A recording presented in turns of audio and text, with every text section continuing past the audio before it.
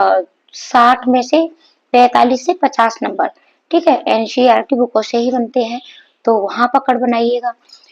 और सबसे एक मुख्य चीज मैं आपको बता दूं, अब बात कर लेते हैं 5 पॉइंट की, ठीक है। 5 पॉइंट आपको क्या क्या करने हैं, तो 5 पॉइंट में आप गिनते जाइएगा।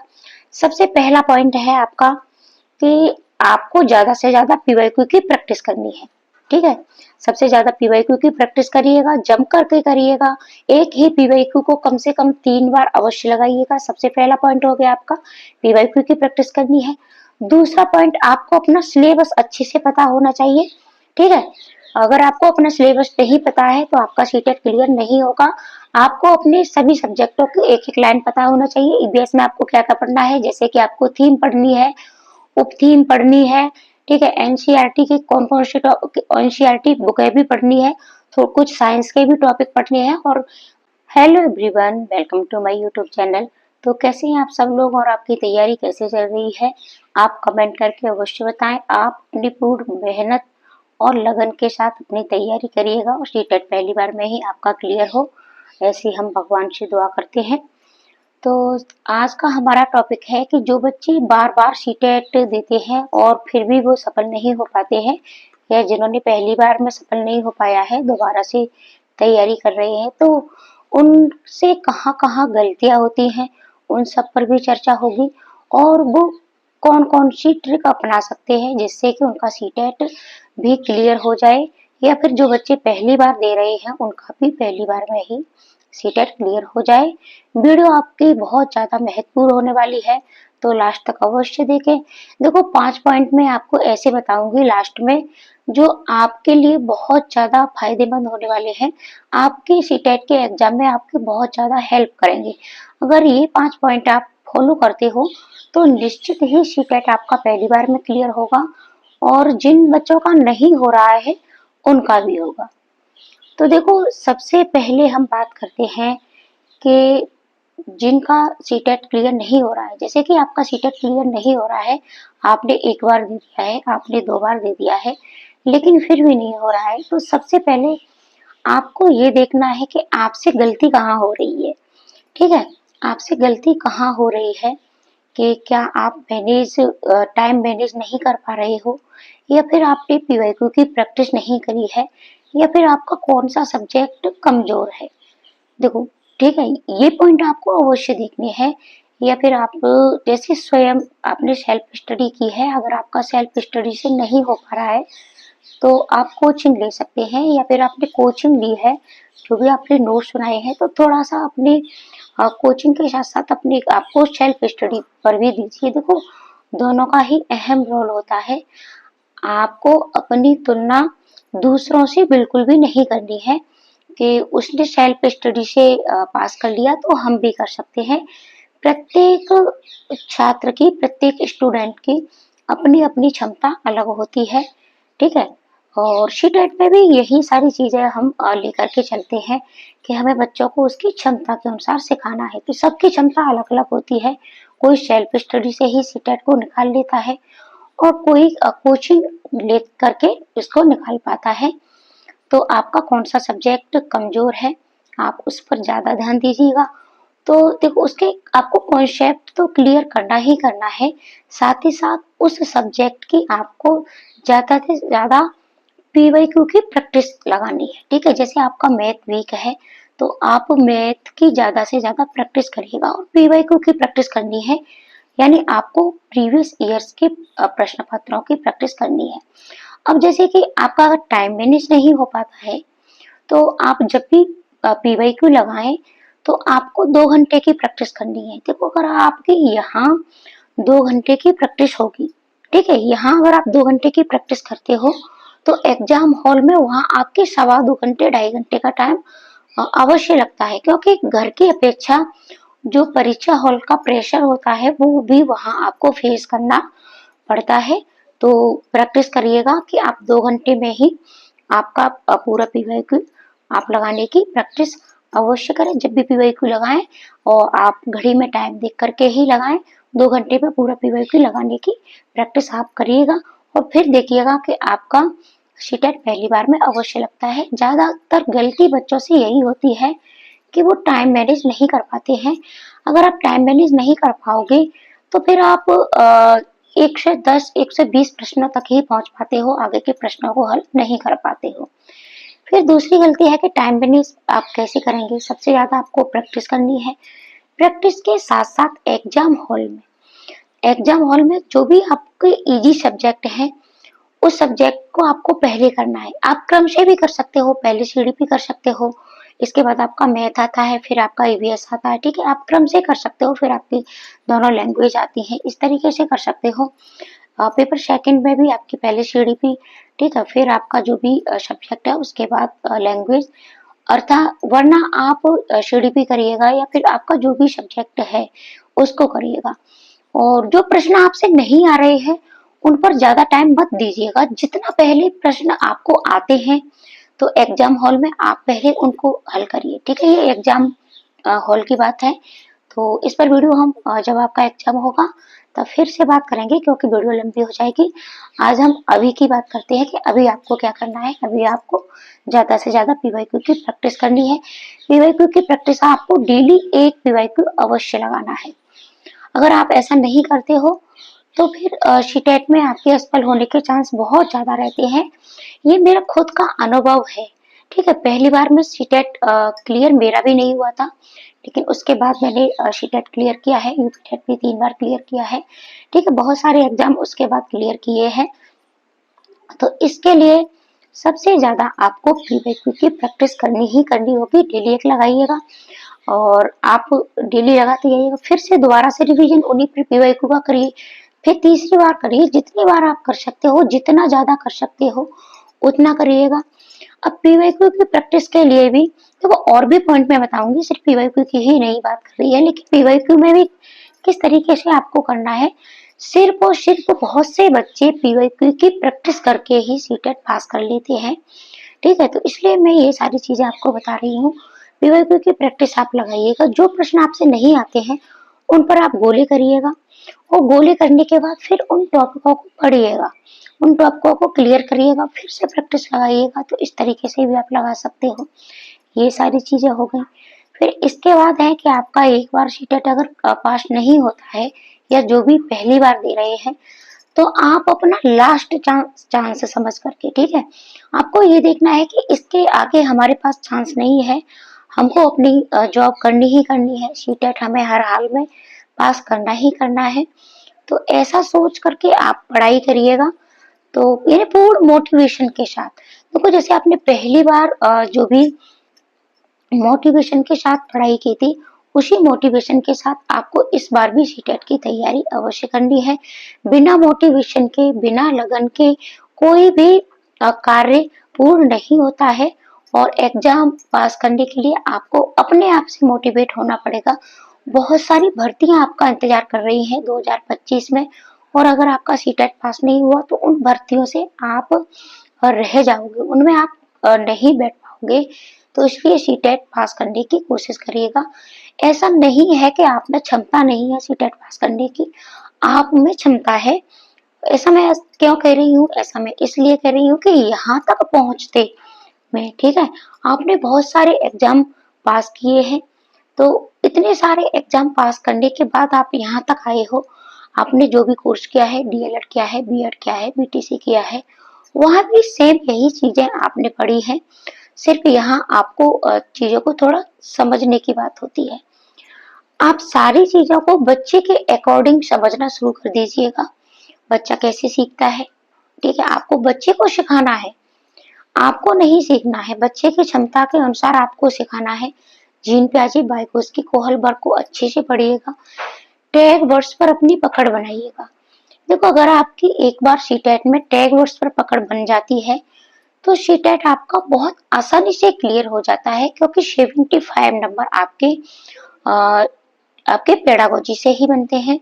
और अगर आपकी टैग वर्ड्स पर पकड़ है, कुछ आपके कीवर्ड्स भी हैं, तो अगर आपके इन दोनों पर पकड़ है तो मान के चलिएगा कि 75 में से 70 नंबर आपके यहाँ से ही बनते हैं। तो आप टैग वर्ड से सीखिएगा, नेगेटिव पॉजिटिव, और साथ ही साथ कीवर्ड्स पर पकड़ बनाइएगा, ज्यादा से ज्यादा प्रैक्टिस करिएगा। अब देखो पढ़ाई भी आपको ये नहीं है कि मात्र 1 घंटे की पढ़ाई होगी आपकी या मात्र 2 घंटे की पढ़ाई होगी। आपको अपनी पढ़ाई, ठीक है, आपको अपनी पढ़ाई को कम से कम 6 घंटे का समय अवश्य देना है। बहुत कम समय आपको मिला है सीटेट की तैयारी के लिए, तो अगर आप एक साथ पढ़ सकते हो तो बहुत बेहतर है।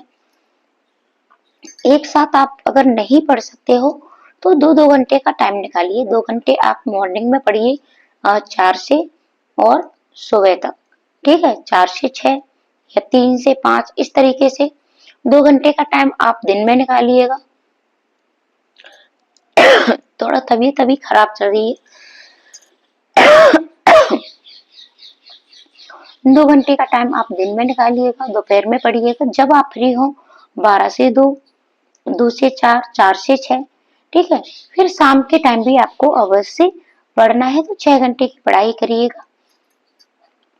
इसके लिए आप सेल्फ स्टडी कर रहे हैं तो मैं आपको बुक बताऊंगी कि बुक आपको देखो, एक तो ये बुक है आपकी यूथ की आती है, ठीक है, ये आप देख पा रहे होंगे यूथ की आती है। ये मैंने सुपर टेट के लिए ली है, मैथ की है, ठीक है। तो इसमें क्या है कि इसमें आपके प्रश्नों की, ठीक है, जैसे ये प्रश्न दिए गए होते हैं तो फिर उसका पूरा सॉल्यूशन दिया गया होता है अंदर, ठीक है। ये तो मैथ की है और उसमें आप सीटेट के लिए लोगे तो मैथ और यानी आपको सारे सब्जेक्ट मिलेंगे, ठीक है। तो इस तरीके से यानी आपका ये क्वेश्चन और क्वेश्चन के नीचे उसका सॉल्यूशन भी दिया होता है। तो इस तरीके से आपको ये यूथ की मुझे अच्छी लगती है। और ये घटना चक्र की है और ये देखो इंग्लिश टीजीटी पीजीटी की है, तो आप इसे भी ले सकते हो इस तरीके से। टीजीटी पीजीटी की नहीं लेनी है आपको, आपको सीटेट की लेनी है। तो देखो इसमें भी मैं आपको दिखा दूं कि इसमें भी प्रश्नों को देखो इस तरीके से आते हैं कि पूर्ण डिटेल दिया गया होता है। जैसे ये आप प्रश्न देख पा रहे हैं, ठीक है, प्रश्न देखो और इसका ये इतना बड़ा डिटेल इसका दिया गया है। देखो ये प्रश्न है और इतना सारा इसका डिटेल दिया गया है। तो इस तरीके से आपको और बाकी के कहीं से भी नोट्स बनाने की जरूरत नहीं पड़ती है और ये सारे पीवाईक्यू की ही प्रश्न इन दोनों बुकों में दिए गए होते हैं। इसके साथ साथ अगर आप पेपर 2 की तैयारी कर रहे हैं तो एनसीईआरटी को अवॉइड आपको बिल्कुल भी नहीं करना है। एनसीईआरटी आपको अवश्य पढ़नी है। आप सबसे पहले एसएसटी जैसे पढ़ते हो या बेस साइंस, तो इनमें आपको 3-3 सब्जेक्ट पढ़ने पड़ते हैं। जैसे साइंस की बात करें तो आपको बायो, केमिस्ट्री और फिजिक्स, और एसएसटी की बात करें तो हिस्ट्री, पॉलिटी, ज्योग्राफी। तो सबसे पहले आप एक सब्जेक्ट कंप्लीट करिएगा, 6, 7, 8 की बुक आपको पढ़नी है। जैसे कि आप हिस्ट्री सबसे पहले शुरू करते हो तो सबसे पहले 6 की हिस्ट्री पढ़िए, 7th की भी हिस्ट्री ही पढ़िए और 8th की हिस्ट्री ही पढ़िए। इस तरीके से मत पढ़िए एनसीईआरटी के एक चैप्टर आज आपने हिस्ट्री का पढ़ लिया, कल आपने ज्योग्राफी का पढ़ लिया, परसों आपने पॉलिटी का पढ़ लिया, इस तरीके से नहीं पढ़ना है। ऐसे ही साइंस में भी करना है। तो सबसे पहले कंप्लीट एक सब्जेक्ट लीजिएगा और उसको पूरा कंप्लीट करिएगा और अपने नोट्स भी अवश्य बनाएं, क्योंकि नोट्सों से रिवीजन होता है। लास्ट के जो 10 दिन होते हैं आपके, वहां ज्यादा से ज्यादा रिवीजन करिएगा, ज्यादा से ज्यादा प्रैक्टिस करिएगा। नहीं आते हैं आपको टैग वर्ड्स अपने, ठीक है, यूट्यूब की मदद लीजिएगा। अगर आप अपनी सेल्फ स्टडी कर रहे हैं तो यूट्यूब की मदद लीजिएगा। और यूट्यूब पर भी देखो आपको क्या करना है कि अगर आप टॉपिक सर्च करते हो तब तो आप चाहे कोई भी वीडियो टॉपिक सर्च करके देख सकते हो, लेकिन अगर आप यूट्यूब से प्रॉपर स्टडी कर रहे हो किसी एक सब्जेक्ट की, तब आपको एक ही टीचर को पकड़ना है, चाहे आप कहीं से भी सीखें, ठीक है। किसी भी टीचर को ले, सारे टीचर अच्छे होते हैं। ऐसा नहीं करना है कि आपने मैथ की एक क्लास आज इस टीचर की देख ली, कल दूसरी को ले लिया, कल तीसरी को ले लिया, इस तरीके से नहीं करना है आपको। जैसे हिमांशी है, सचिन सर है और चंद्रा है, आपका आरपी सर है, तो इन सबकी आपको प्लेलिस्ट मिल जाएंगी। सीडीपी की प्लेलिस्ट देखिएगा, ईबीएस की प्लेलिस्ट चेक करिएगा। हमारा भी एक चैनल है दूसरा, वंदना अकेडमी नाम से, तो आप लिंक में डिस्क्रिप्शन में दे दूंगी, वहां जाकर के आप प्लेलिस्ट पर जाइएगा। प्लेलिस्ट में आपको सारी 1 by 1 सारे प्रैक्टिस मिलते हैं, सारी आपको वीडियोज मिलती है। तो प्लेलिस्ट पर जाकर के आप 1 बाय 1 सारी वीडियोस देखिएगा अगर आप सेल्फ स्टडी कर रहे हैं। और अगर आपने कहीं से कोचिंग ली है, तब आपको सिर्फ कोचिंग के सहारे नहीं रहना है, उसके साथ-साथ आपको अपनी सेल्फ स्टडी अवश्य करनी है। आपको ये चेक करना है कि हमारे कितने टॉपिक कोचिंग से कवर हो गए हैं और कितने टॉपिक हमारे अभी बाकी हैं। जो भी आप कोचिंग में पढ़ते हो, फिर भी आपको अब घर आकर के उस सब का रिवीजन करना है। रिवीजन के साथ-साथ आपको पीवाईक्यू की प्रैक्टिस भी करनी है, ठीक है? पीवाईक्यू की देखो, पीवाईक्यू डेली आपको लगाना ही लगाना है अगर आपको सीटेट पास करना है। और लास्ट 5 वाले जो भी है आपके, जैसे 2024 वाले है, 23 वाला, 22 वाला, 21 वाला, इनको आपको बहुत अच्छे से प्रैक्टिस आपकी ऐसी होनी चाहिए कि प्रश्न आपका छूटना नहीं चाहिए। पीवाईक्यू से प्रश्न आपके कोई भी आपसे पूछ ले तो आपको अवश्य पता होना चाहिए। ईवीएस से आपके एनसीईआरटी से 15 नंबर बनते हैं, तो एनसीईआरटी पढ़िएगा। एसएसटी में आपके 60 में से 45 से 50 नंबर, ठीक है, एनसीईआरटी बुकों से ही बनते हैं, तो वहां पकड़ बनाइएगा। और सबसे एक मुख्य चीज मैं आपको बता दूं, अब बात कर लेते हैं 5 पॉइंट की, ठीक है? 5 पॉइंट आपको क्या क्या करने हैं, तो 5 पॉइंट में आप गिनते जाइएगा। सबसे पहला पॉइंट है आपका कि आपको ज्यादा से ज्यादा पीवाईक्यू की प्रैक्टिस करनी है, ठीक है? सबसे ज्यादा पीवाईक्यू की प्रैक्टिस करिएगा, जम करके करिएगा। एक ही पीवाईक्यू को कम से कम 3 बार अवश्य लगाइएगा। सबसे पहला पॉइंट हो गया आपका, पीवाईक्यू की प्रैक्टिस करनी है। दूसरा पॉइंट, आपको अपना सिलेबस अच्छे से पता होना चाहिए, ठीक है? अगर आपको अपना सिलेबस नहीं पता है तो आपका सीटेट क्लियर नहीं होगा। आपको अपने सभी सब्जेक्टों की एक-एक लाइन पता होना चाहिए। ईवीएस में आपको क्या-क्या पढ़ना है, जैसे कि आपको थीम पढ़नी है, उप थीम पढ़नी है, ठीक है? एनसीईआरटी के कौन-कौन से एनसीईआरटी बुकें भी पढ़नी है, तो कुछ साइंस के भी टॉपिक पढ़ने हैं और ईवीएस के महत्वपूर्ण टॉपिक, ठीक है, इंपॉर्टेंट टॉपिक पर वीडियो आपको दी जा चुकी है, उसे आप अवश्य देखें। इसके बाद सीडीपी में आपको कहाँ-कहाँ क्या-क्या पढ़ना है, यानी महत्वपूर्ण टॉपिक आपको अपने प्रत्येक सब्जेक्ट के आने चाहिए। ईवीएस पर भी मिल चुके हैं, सीडीपी पर भी मिल चुके हैं और आपको भाषा के भी महत्वपूर्ण टॉपिक मिल चुके हैं। तीनों वीडियो आपको मिल चुकी हैं, साथ ही बाकी की वीडियो भी आपको अवश्य मिल जाएंगी।